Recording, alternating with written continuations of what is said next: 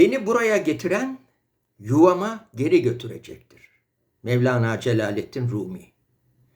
Aziz dostlarım, 20. yüzyılın başlarında önce Albert Einstein'ın genel ve özel görelilik kuramları, ardından Thomas Young adlı bir bilim insanının yaptığı çift yarık deneyi ve buna bağlı olarak kuantum fiziğinin keşfedilmesi, varoluş konusundaki düşüncelerimizde radikal değişiklikler meydana getirdi.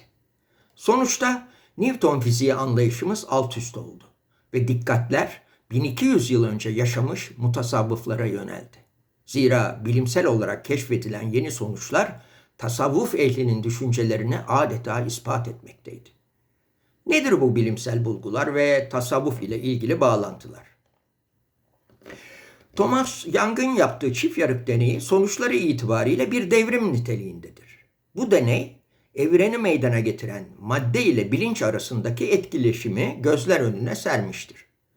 Einstein, Max Planck, Werner Heisenberg, Erwin Schrödinger, Niels Bohr, Paul Dirac, Richard Feynman gibi bilim insanları bu deneyden sonra kuantum fiziğini geliştirdiler. Hazreti Muhammed'in duası, Allah'ım bana eşyanın hakikatini göster. Evet, maddenin hakikati makro alemde değil, mikro alemde gizliydi. Mikrometrik alemde yani atom altı alemde en önemli keşiflerden biri birleşik alan hakikatidir. Birleşik alan görüşüne özellikle kuantum dolanıklığın keşfiyle varılmıştır. Kuantum entanglement. Parçacıklar aralarındaki mesafeye bakmaksızın dolanıktırlar. Birbirlerinden etkilenirler.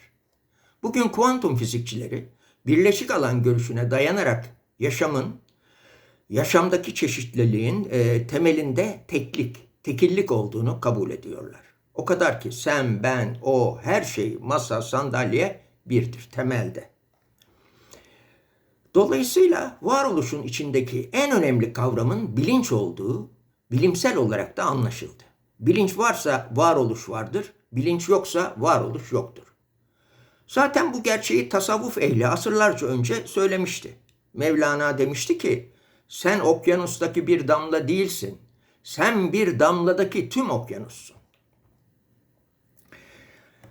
Aziz dostlar, daha önceki videolarımızda beyine bağlı bilinç, beyine aşan bilinç tanımlamasını yapmıştık.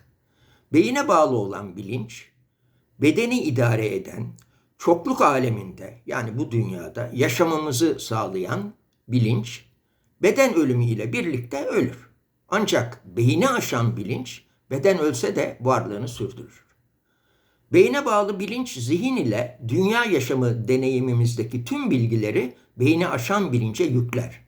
Ki bu beyni aşan bilince ruh diyoruz. Madde algısı içinde gelişmiş olan zihin, yani beyne bağlı olan bilinç, ölümden sonra birleşik alan dediğimiz ilahi okyanusa enerji titreşimleri olarak karışacaktır. Zira her şey enerjidir ve enerji yoktan var olmaz, varken de yok olmaz. Esasen beden ve zihnin ölümü, özbenliğin yani ruhun sadece seyrettiği bir işlemdir. Hayatın içindeyken zihin ve beden algısı tıpkı okyanustaki dev dalgalar gibidir. Sanki okyanustan ayrı gibi. Diğer taraftan beyni aşan bilinç, yani ölümden sonra farkındalığını sürdüren bilincin temeli teklik farkındalığıdır. Yani birleşik alandaki evrensel bilinçtir. Dolayısıyla yuvamızdır. Tek fark beyni aşan bilinç yani ruh bilinçli olarak yuvaya kavuşur.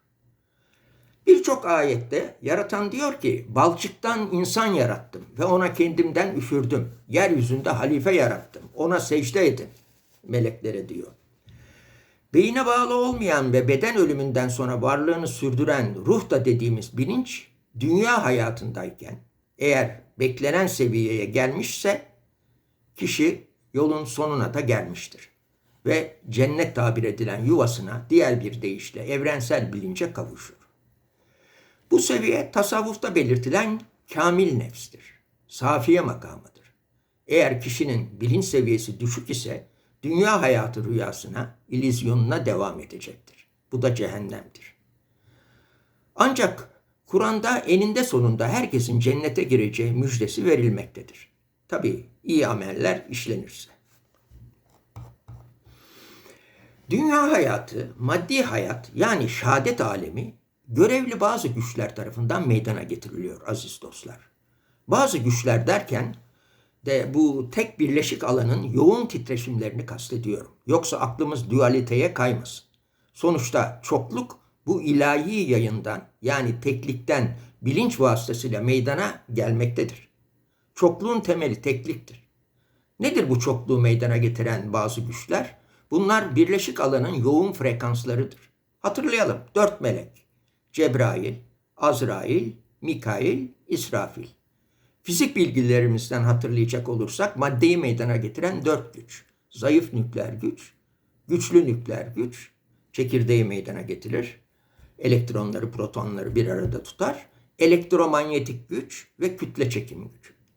Bu güçlerin fonksiyonu ile birleşik alandan bilinç vasıtasıyla çokluk meydana geliyor. Diğer bir deyişle maddi kainat. Fiziğin birleşik alan dediği, benim ilahi yayın dediğim olasılıklar okyanusu, değişik frekansları içeren soyut potansiyel bir varlık okyanusudur aziz dostlar. Maddi evren olarak algıladığımız her şey bu varlık okyanusundaki dalgalardır. Enerji dalgalarıdır. Einstein diyor ki her şey enerjidir ve her şey bundan ibarettir. İstediğiniz gerçekliğin frekansına uyun ve o gerçekliği elde etmekten başka çareniz kalmaz. Başka türlü olamaz. Çok derin bilgiler var burada tabii. Burada yani birleşik alanda enerji dalgaları henüz realize olmamış potansiyeller taşımaktadır. Varlık okyanusu yani birleşik alan madde değil bir enerji alanıdır. Enerjinin tarifi henüz tam yapılamadığı için varlık enerji alanında diyebiliriz. Diğer bir ifadeyle bilinç ile etkileşen alan. Bu alana ilahi bilinçte, evrensel bilinçte diyebiliriz. Zira her şeyi meydana getiren, her yerde, her maddenin temelinde olan tek bilinç budur. Tasavvuf 1200 yıl önce ne demiş? La ilahe illallah. Sadece Allah vardır. Allah'tan gayrısı yoktur. Aziz dostlarım, varlık tektir. Ve varlık 3 şekilde tezahür eder. O tek olan varlık 3 şekilde tezahür eder. Hu, Allah, insan. Hu Allah'ın zatıdır. Özde diyoruz. Hu'nun esma ve sıfatlarının açılımı Allah'tır. Hu'nun sonlu ve sınırlı açılımı insan, sonsuz ve sınırsız açılımı da kainattır. İnsan Allah'ın içinde tezahür etmiş bir varlıktır. Ama Allah'ı gayret sarf etmeden bilemez. Balıkların denizi bilmemesi gibi. Allah'ın içinde Allah'tan tezahür etmiş insan çokluk yanılgısı içindedir. Varlığın tekliğini görmez. Kendisini müstakil bir varlık zanneder. Halbuki biraz gönül gözüyle baksa hatırlayacak, tezekkür edecek. Bedeni dahil her şeyi bırakıp doğaya karışıyor. Birkaç nesil sonra unutulup gidiyor. İnsanın değer verdiği her şey fanidir. Geriye kalan tek tarafı beyne bağlı olmayan bilinçtir. Yani ruhtur. Kur'ani bilgilerimize göre Allah'ın zatını tam manasıyla anlayamayız. Yazılımımız müsait değildir. Ama Hu'nun esma ve sıfatlarının açılımını görürüz. Bakara suresi 115. ayet. Diyor ki, nereye bakarsanız bakın onun veçini görürsünüz diyor. Veçi yüzü demek. Bu bakımdan Allah'a şahit olunur. Eşhedü şahidim demektir. Eşhedü en la ilahe illallah ve eşhedü enne Muhammeden abduhu ve resul. Şahidim diyor. Ama Hu'ya iman edilir. Hu Kur'an-ı Kerim'de anlayacağımız kadarıyla tarif edilmiştir. Sonsuz sınırsız, ebedi ezeli yani sonu yok, sınırı yok, hep vardı, hep var olacak bir varlık. Var olmak için hiçbir şeye ihtiyacı yok. Ama var olan her şeye ona muhtaç. Kıyam bir nefsi. Yarattıklarına benzemez. Muhalefetin lil havadis. Doğrulmamıştır, doğurmamıştır. Lem yelit ve lem yulet. Kainat, insan, her şey, tüm varlık onun varlığı ile vardır. Kıyam bir nefsi. Ancak Kur'an-ı Kerim Allah'ın zatı üzerinde tefekkür etmeyin der. Muhalefetün lil havadis. Zira anlayamazsınız. Yazılımımız müsait değil. Hu'nun esma ve sıfatlarının açılımı Allah'tır. Allah canlı cansız tüm varlıktır. Onun için Allahu Ekber deriz. Kuantum fiziğine göre her şey temelde birleşik alandır. Kuantum fiziği de öyle diyor. Ehad kavramı aynı şeyi anlatmıyor mu? Biz dünya hayatında birleşik alandaki enerji titreşimlerini beyin ve sinir sistemi vasıtasıyla ikilik, çokluk olarak algılıyoruz. İşin en ilginç yanı, bu algılamayı yapan beyin de sinir sistemi de birleşik alandaki enerji titreşimlerinden başka bir şey değildir. O halde beyni aşan bilincin insanın oluşumunda büyük rolü vardır. Ve buna dini literatürde Rabbül Has denir. Her insanın Rabbül Has'ı vardır. Rabbül Haslar Rabbül Alemini meydana getirir. Aman burada ayrı ayrı düşünmeyelim. Kesret yanılgısına düşmeyelim. Güneş ışığı gibi. Her eve giren güneş ışığı ve ısısı farklıdır. Ama güneş tektir, tek varlıktır. Somutta hayatın gerçekliğini arayanlar, eninde sonunda soyuta geçeceklerdir. Zira birleşik alan yani ilahi yayın, varlık okyanusu saf soyutluktur. Aziz dostlar, izninizle kuantum fiziği ve tasavvuf görüşü üzerinde biraz daha duralım. Kuantum fiziğinde klasik fizikteki parçacık anlayışı dalga fonksiyonlu anlayışıyla yer değiştirmiştir. Dalga fonksiyonu olasılıklar dalgasıdır. Yani deneyde gördük, çift yarık deneyinde. Temel parçacıklar, elektronlar, fotonlar hem parçacık hem dalga hareketi yapmaktadırlar. Particle duality deniyor buna. Temel parçacıklar bilinç tarafından gözlemlenmedikçe dalga, gözlemlendiklerinde parçacık hareketi yapmaktadırlar. Bu durum süperpozisyon ve belirsizlik ilkesini yaratmaktadır. Superposition, uncertainty. Yani kuantum fiziği önceki Newton fiziği dönemindeki ya da anlayışını değiştirmiş ve kuantum fiziğinden sonra hem de anlayışı gelmiştir. Mesela arkadaşım İstanbul'da, evinde mi yoksa İstanbul dışında mı? Ben gidip kapısını çalıp onunla konuşmadıkça hem İstanbul'da evinde hem de İstanbul dışındadır. Kuantum belirsizlik ilkesi, uncertainty. Konuştuğum ve İstanbul'da evinde olduğunu gördüğüm anda artık İstanbul'da evindedir. Belirsizlik bozulmuştur. Schrödinger'in kedisi deneyi vardır. Yani Schrödinger'in kedisi deneyi, bir kutunun içinde bir kedi var ve bir düzenek var. O düzenekte zehir var. Kedi eğer o düzeneğe dokunursa zehirlenip ölecek. Dokunmazsa yaşayacak. Kutu kapalıyken kedi hem ölüdür hem canlıdır. Kutuyu açtığımız zaman ne göreceğiz? Canlıysa kedi canlıdır, ölüyse kedi ölüdür. Yani bu Schrödinger'in kedisi deneyi Kopenhag zirvesinde bu kuantum fiziğinin belirsizlik ilkesinin sadece atom altı alemde geçerli olduğu görüşü yıkılmıştır. Schrödinger'in kedisiyle makro alemde, bu içinde yaşadığımız alemde de aynı kurallar geçerlidir anlayışı gelmiştir. Birleşik alanda olasılıklar dalgası vardır dedik. Ve her olasılıkta canlanmaya doğru bir potansiyelite vardır aziz dostlar. Bilinç fıtratımıza göre yani kader planımıza göre olasılıklar dalgasına bakıyor ve bir potansiyelite taşıyan olasılığı çökertiyor. Quantum collapse. Ve o olasılık potansiyelini canlandırıyor, bilinç canlandırıyor. Bu durumu tasavvufi bakış açısıyla ifade edecek olursak, bilinç realize etme işini Rabbül Has'ımıza göre, hatta onun yönetiminde yapıyor diyebiliriz. Aziz dostlar, insan temelde insan suretindeki Hu'dur. Birleşik alandaki evrensel bilinç ile ayrılığımız yoktur. Geçmiş yoktur, geçmiştir. Gelecek yoktur, gelmemiştir. Var olan andır, anda kalın. Geçmişin ezici duygularını, geleceğin endişelerini zihinden uzaklaştırın. Tek gerçek andır.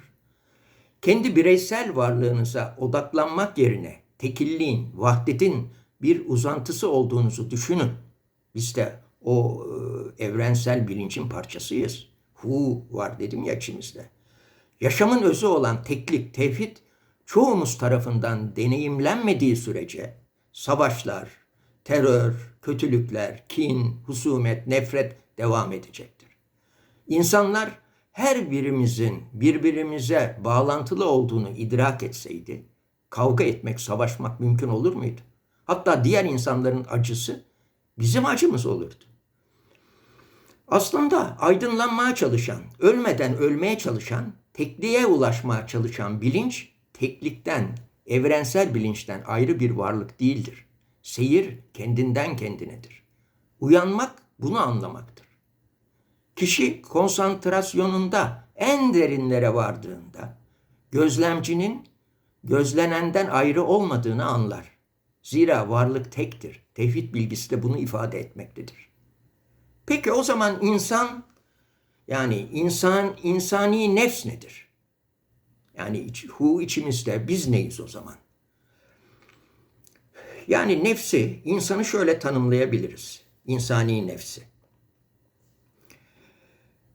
Nefs yani beyine bağlı bilinç, beyin beden algıları, çokluk yanılgısı, madde zaman yanılgısı içindeki doğduğumuzdan beri deneyimlerimizle oluşan bir bağımlı farkındalık halidir. Nefs, zaman geçtikçe çevremizin değişmesi, yakınlarımızın değişmesi, ölmesi, kendi bedenimizin değişmesine rağmen benlik farkındalığının devamını sağlayan, madde zaman holografik ortamına tutunmamızı sağlayan sürekliliktir, öznelliktir. İşte bu geçici öznelliği kendisi zannetmek insanın en büyük yanılgısıdır aziz dostlar. Bütün savaş burada. Sevgili dostlar, ol dedi oldu. Kün feyekün. Hakikatini biz insanlar uzay zaman boyutunda tam anlayamayız. Zira alemler üst üstedir. Düşünelim. A noktası B noktası arasında 10 metre mesafe olsun. Uzay zaman algısı olmasa biz bu 10 metre mesafeyi algılayamazdık. A noktasından B noktasına bir bilya yuvarlayalım. A'dan hareket eden bilya B'ye varana kadar bir süre geçecektir. Onu da algılayamazdık. Uzay zaman bunun için var. Ancak en derin seviye ve mutlak hakikat teklik, tevhid seviyesidir. En derin seviyede ehad, birleşik alan realitesini keşfederiz. Ehad kavramı çok daha engin manaları içerir. Bu birleşik alanda her şey, yani bu birleşik alan içinde her şey, bizler dahil farklı frekanslarda titreşen enerji dalgalarıyız. Bu kadarını keşfedebildik şimdi insanlık olarak. Aziz dostlar, elbette bütün bu anlatımlarım içinde bulunduğumuz şehadet alemi, uzay zaman boyutunun idrakleridir. Ve bendenizin acizane yorumlarıdır, anlatımlarıdır. En içten sevgi ve saygılarımla Allah'a emanet olunuz sevgili dostlarım.